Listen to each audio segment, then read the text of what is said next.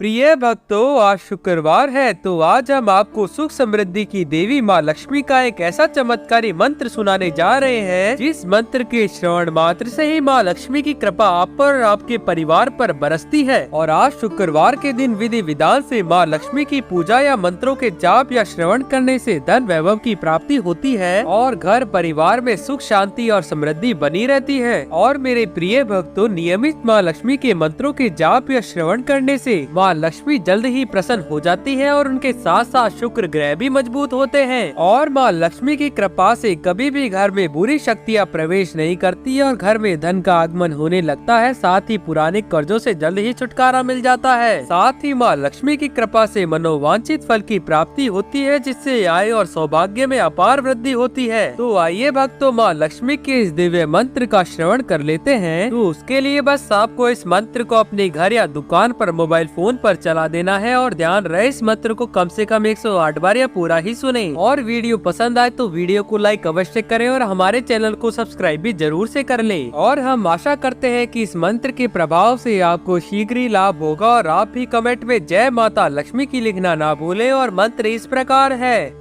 ओम श्रीं ह्रीं क्लीं ऐं कमलवासिन्यै स्वाहा। ओम श्रीं ह्रीं क्लीं ऐं कमलवासिन्यै स्वाहा।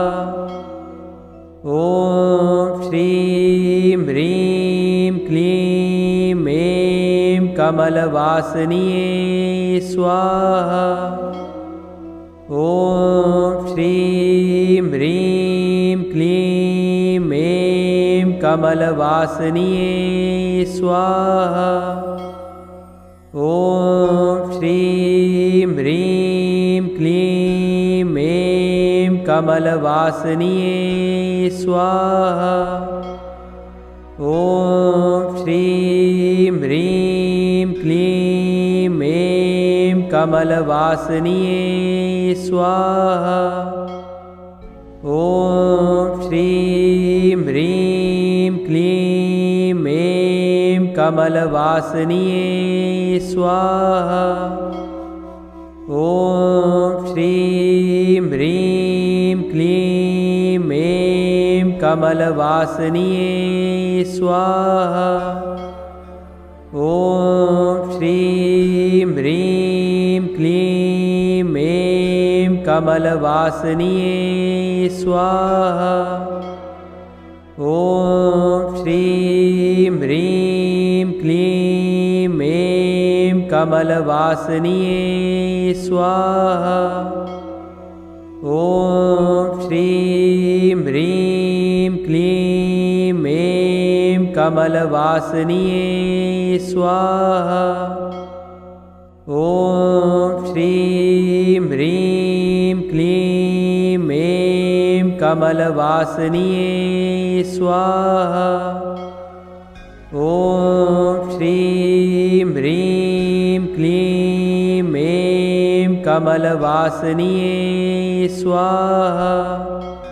ओम श्रीं ह्रीं क्लीं ऐं कमलवासिन्यै स्वाहा। ओम श्रीं ह्रीं क्लीं ऐं कमलवासिन्यै स्वाहा। ओम श्रीं ह्रीं क्लीं ऐं कमलवासिन्यै स्वाहा। ओम श्रीं ह्रीं क्लीं ऐं कमलवासिन्यै स्वाहा।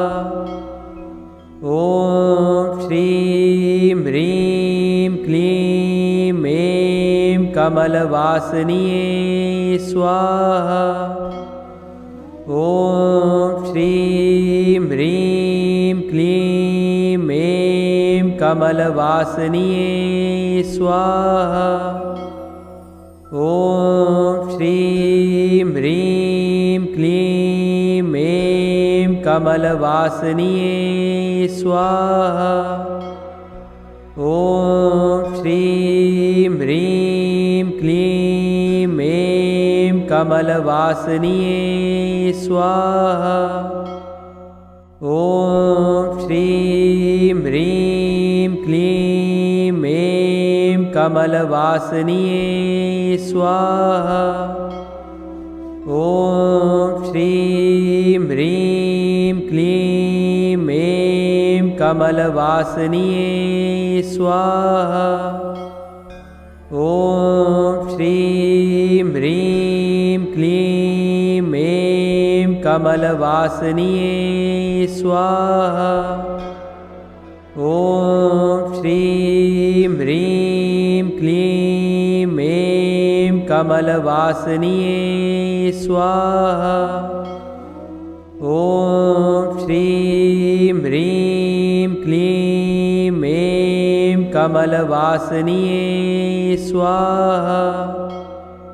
ॐ श्रीं ह्रीं क्लीं ऐं कमलवासिन्ये स्वाहा। ॐ श्रीं ह्रीं क्लीं ऐं कमलवासिन्ये स्वाहा। ॐ श्रीं ह्रीं क्लीं ऐं कमलवासिन्ये स्वाहा। ॐ श्रीं ह्रीं क्लीं ऐं कमलवासिन्ये स्वाहा।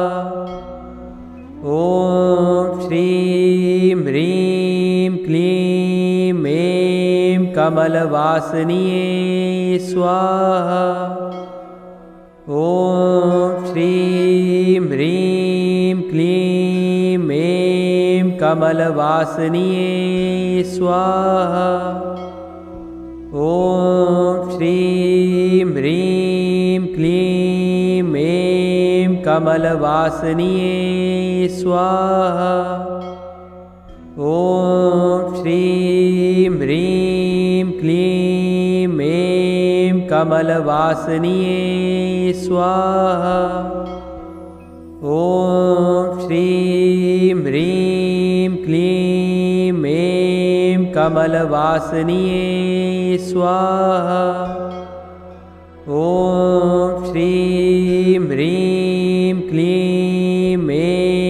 कमलवासिन्ये स्वाहा।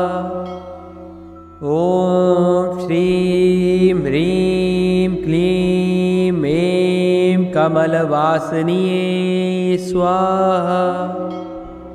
ॐ श्रीं ह्रीं क्लीं ऐं कमलवासिन्ये स्वाहा। ॐ श्रीं ह्रीं क्लीं ऐं कमलवासिन्ये स्वाहा।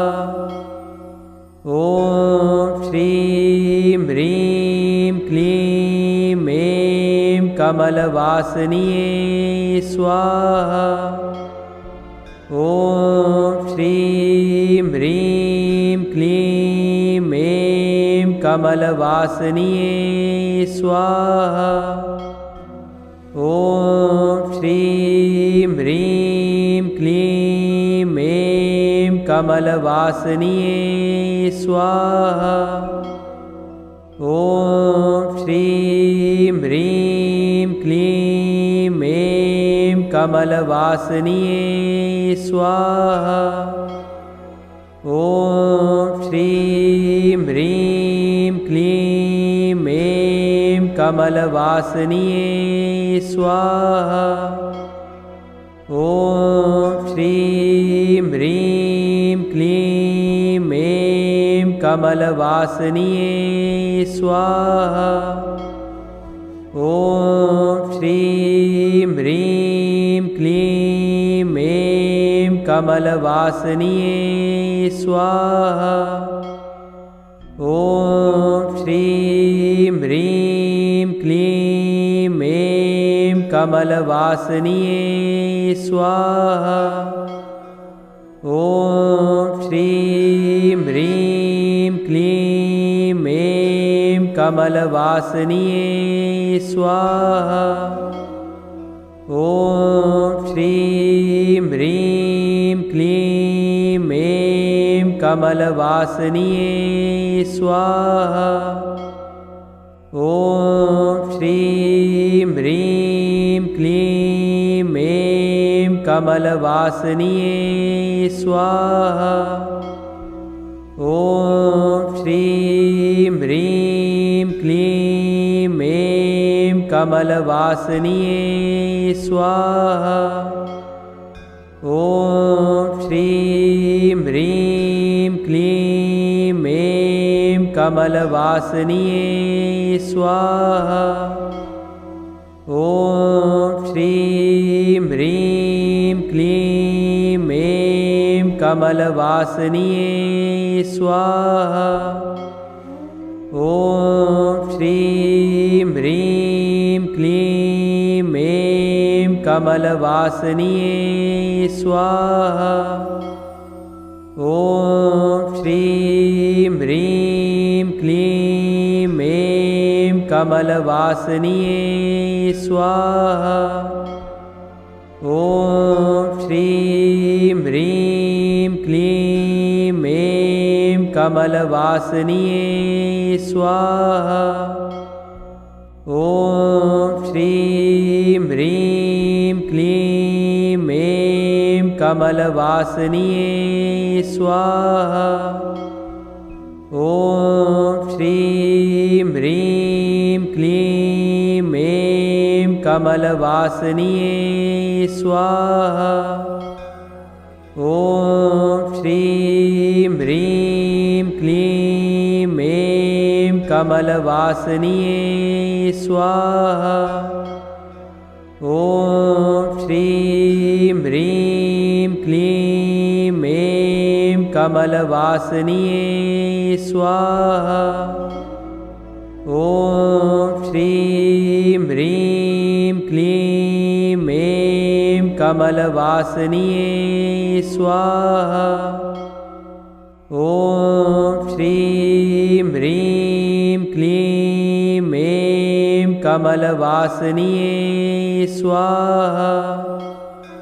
ॐ श्रीं ह्रीं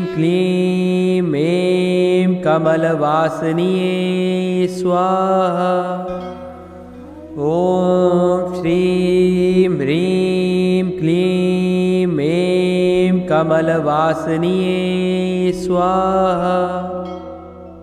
ॐ श्रीं ह्रीं क्लीं ऐं कमलवासिन्यै स्वाहा। ॐ श्रीं ह्रीं क्लीं ऐं कमलवासिन्यै स्वाहा। ॐ श्रीं ह्रीं क्लीं ऐं कमलवासिन्यै स्वाहा। ॐ श्रीं ह्रीं क्लीं ऐं कमलवासिन्यै स्वाहा। ॐ श्रीं ह्रीं क्लीं ऐं कमलवासिन्यै स्वाहा। ॐ श्रीं ह्रीं क्लीं ऐं कमलवासिन्यै स्वाहा। ॐ श्रीं ह्रीं क्लीं ऐं कमलवासिन्यै स्वाहा।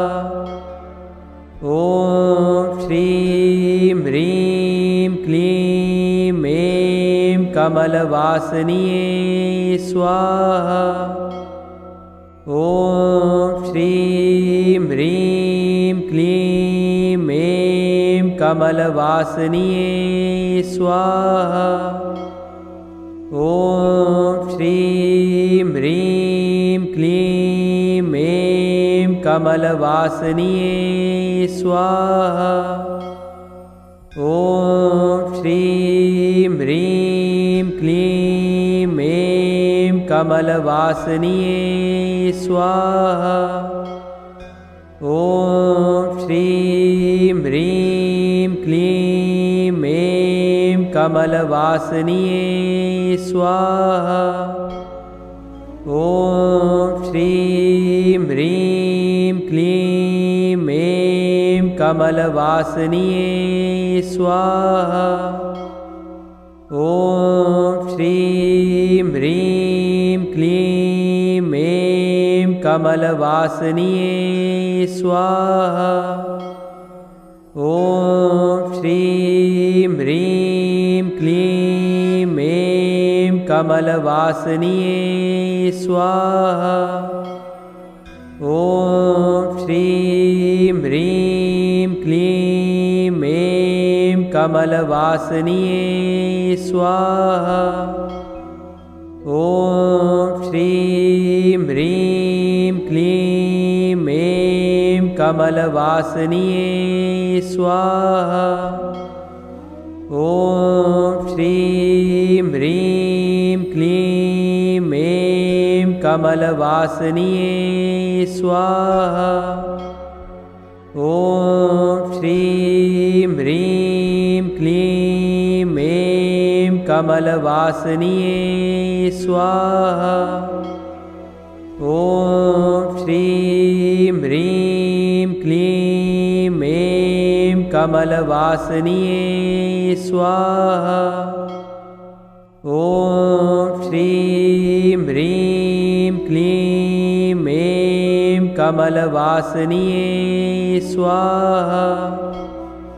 ॐ श्रीं ह्रीं क्लीं ऐं कमलवासिन्ये स्वाहा। ॐ श्रीं ह्रीं क्लीं ऐं कमलवासिन्ये स्वाहा। ॐ श्रीं ह्रीं क्लीं ऐं कमलवासिन्ये स्वाहा। ॐ श्रीं ह्रीं क्लीं ऐं कमलवासिन्ये स्वाहा। ॐ श्रीं ह्रीं क्लीं ऐं कमलवासिन्ये स्वाहा। ॐ श्रीं ह्रीं क्लीं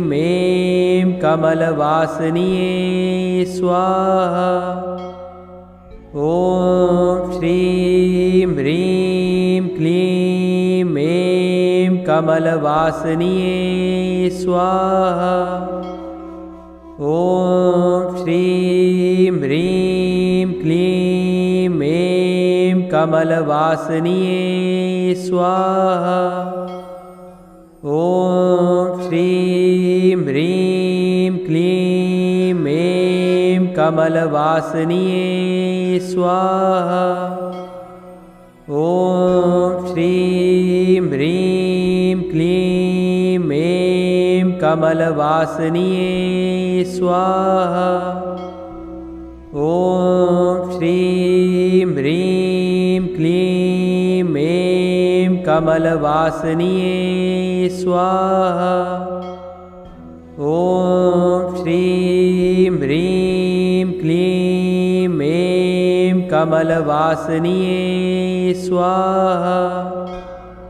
ॐ श्रीं ह्रीं क्लीं ऐं कमलवासिन्ये स्वाहा। ॐ श्रीं ह्रीं क्लीं ऐं कमलवासिन्ये स्वाहा। ॐ श्रीं ह्रीं क्लीं ऐं कमलवासिन्ये स्वाहा। ॐ श्रीं ह्रीं क्लीं ऐं कमलवासिन्ये स्वाहा।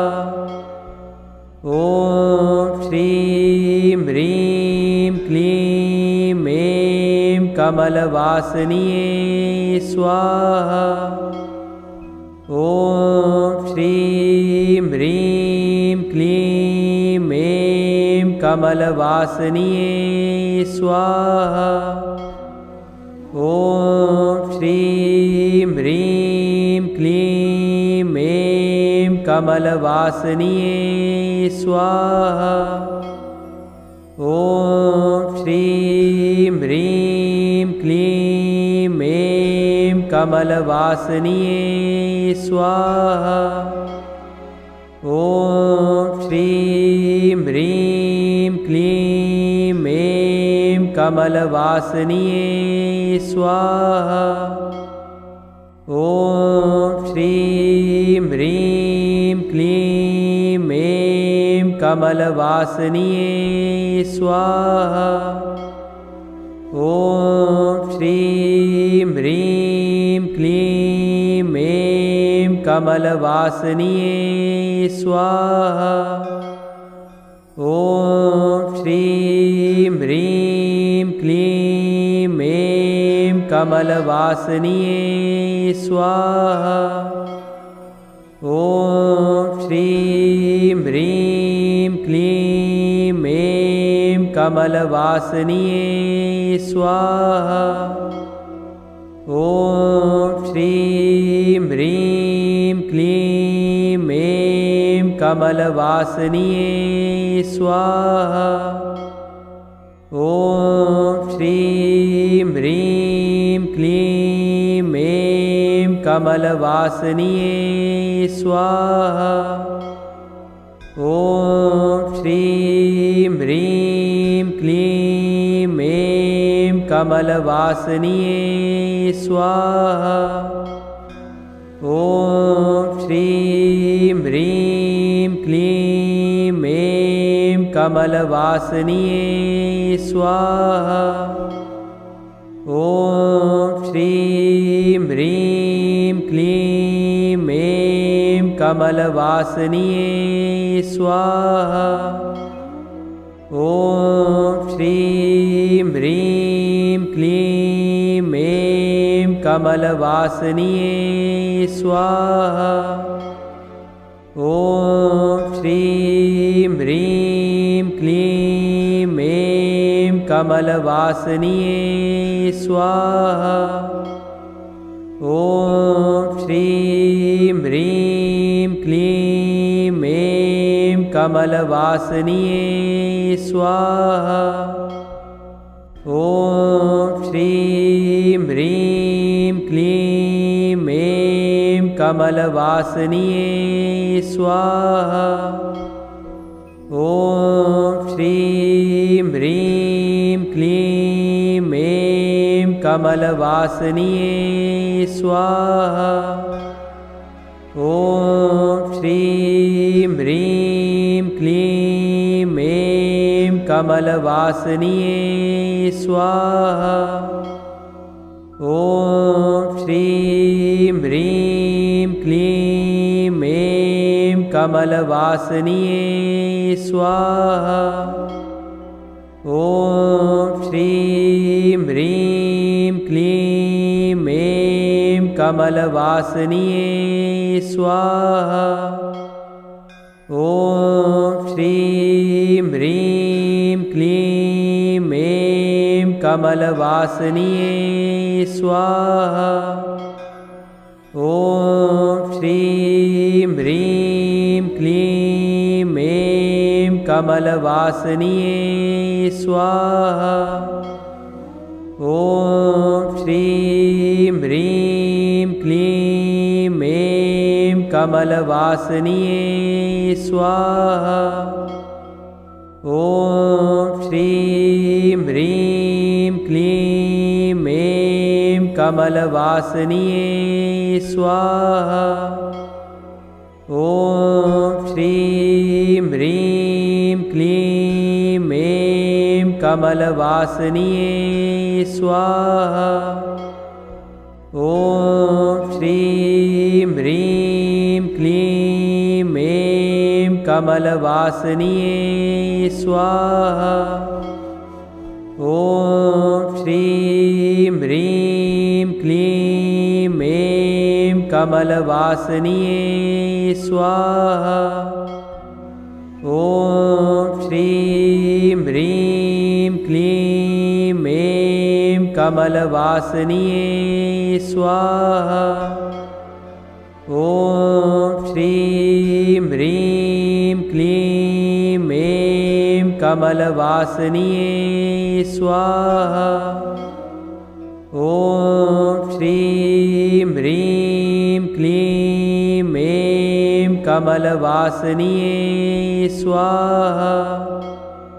ॐ श्रीं ह्रीं क्लीं ऐं कमलवासिन्यै स्वाहा। ॐ श्रीं ह्रीं क्लीं ऐं कमलवासिन्यै स्वाहा। ॐ श्रीं ह्रीं क्लीं ऐं कमलवासिन्यै स्वाहा। ॐ श्रीं ह्रीं क्लीं ऐं कमलवासिन्यै स्वाहा। ॐ श्रीं ह्रीं क्लीं ऐं कमलवासिन्यै स्वाहा। ॐ श्रीं ह्रीं क्लीं ऐं कमलवासिन्यै स्वाहा। ॐ श्रीं ह्रीं क्लीं ऐं कमलवासिन्यै स्वाहा। ॐ श्रीं ह्रीं क्लीं ऐं कमलवासिन्यै स्वाहा। ॐ श्रीं ह्रीं क्लीं ऐं कमलवासिन्यै स्वाहा। ॐ श्रीं ह्रीं क्लीं ऐं कमलवासिन्यै स्वाहा। ॐ श्रीं ह्रीं क्लीं ऐं कमलवासिन्यै स्वाहा। ॐ श्रीं ह्रीं क्लीं ऐं कमलवासिन्यै स्वाहा। ॐ श्रीं ह्रीं क्लीं ऐं कमलवासिन्यै स्वाहा। ॐ श्रीं ह्रीं क्लीं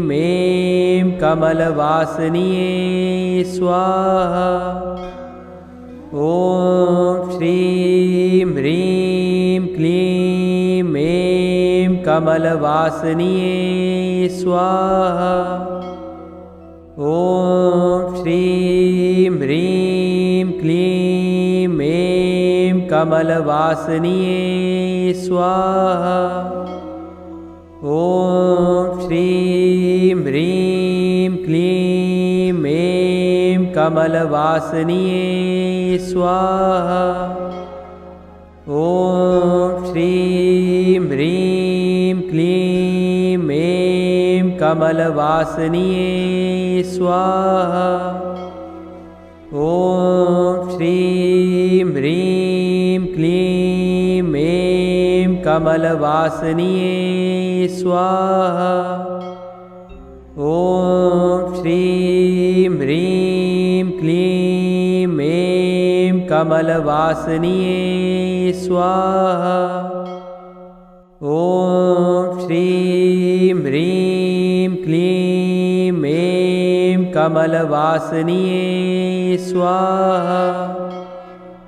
ॐ श्रीं ह्रीं क्लीं ऐं कमलवासिन्यै स्वाहा। ॐ श्रीं ह्रीं क्लीं ऐं कमलवासिन्यै स्वाहा। ॐ श्रीं ह्रीं क्लीं ऐं कमलवासिन्यै स्वाहा। ॐ श्रीं ह्रीं क्लीं ऐं कमलवासिन्यै स्वाहा। ॐ श्रीं ह्रीं क्लीं ऐं कमलवासिन्यै स्वाहा। ॐ श्रीं ह्रीं क्लीं ऐं कमलवासिन्यै स्वाहा। ॐ श्रीं ह्रीं क्लीं ऐं कमलवासिन्ये स्वाहा। ॐ श्रीं ह्रीं क्लीं ऐं कमलवासिन्ये स्वाहा। ॐ श्रीं ह्रीं क्लीं ऐं कमलवासिन्ये स्वाहा। ॐ श्रीं ह्रीं क्लीं ऐं कमलवासिन्ये स्वाहा। ॐ श्रीं ह्रीं क्लीं ऐं कमलवासिन्ये स्वाहा। ॐ श्रीं ह्रीं क्लीं ऐं कमलवासिन्ये स्वाहा। ॐ श्रीं ह्रीं क्लीं ऐं कमलवासिन्ये स्वाहा। ॐ श्रीं ह्रीं क्लीं ऐं कमलवासिन्ये स्वाहा।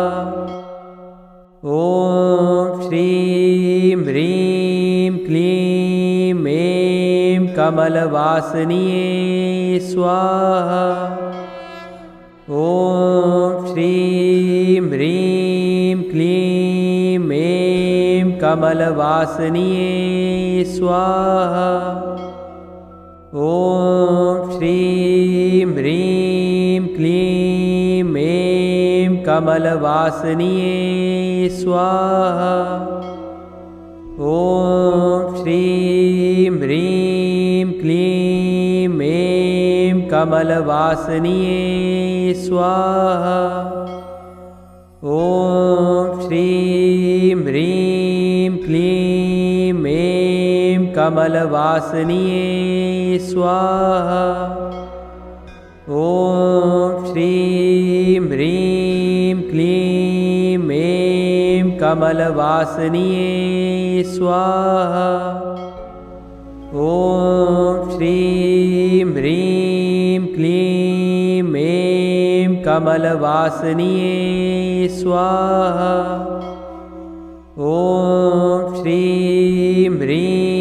क्लीं ऐं कमलवासिन्ये स्वाहा। ॐ श्रीं ह्रीं क्लीं ऐं कमलवासिन्ये स्वाहा।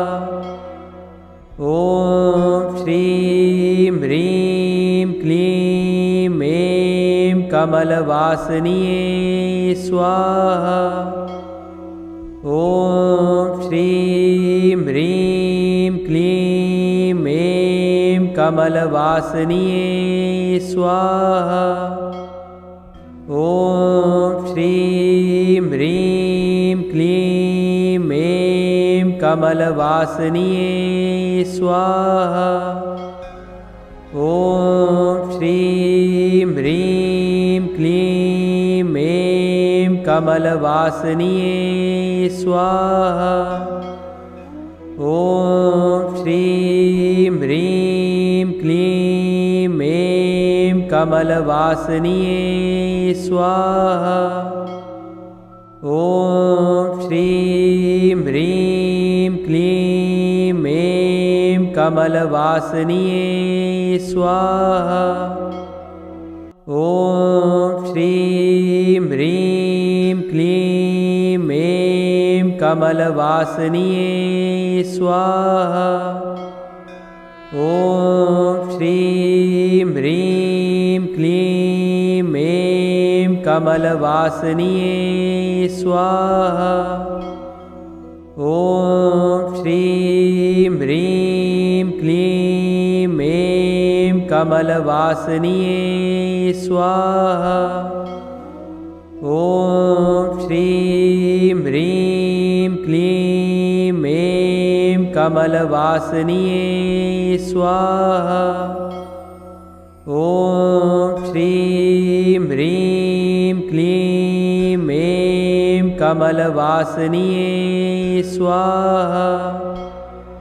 ॐ श्रीं कमलवासिन्ये स्वाहा। ॐ श्रीं ह्रीं क्लीं ऐं कमलवासिन्ये स्वाहा। ॐ श्रीं ह्रीं क्लीं ऐं कमलवासिन्ये स्वाहा। ॐ श्रीं ह्रीं क्लीं ऐं कमलवासिन्ये स्वाहा। ॐ श्रीं ह्रीं क्लीं ऐं कमलवासिन्ये स्वाहा। ॐ श्रीं ह्रीं क्लीं ऐं कमलवासिन्ये स्वाहा। ॐ श्रीं ह्रीं क्लीं ऐं कमलवासिन्ये स्वाहा। ॐ श्रीं ह्रीं क्लीं ऐं कमलवासिन्ये स्वाहा। ॐ श्रीं ह्रीं क्लीं ऐं कमलवासिन्ये स्वाहा। ॐ श्रीं ह्रीं क्लीं ऐं कमलवासिन्ये स्वाहा। ॐ श्रीं ह्रीं क्लीं ऐं कमलवासिन्ये स्वाहा। ॐ श्रीं ह्रीं क्लीं ऐं कमलवासिन्ये स्वाहा।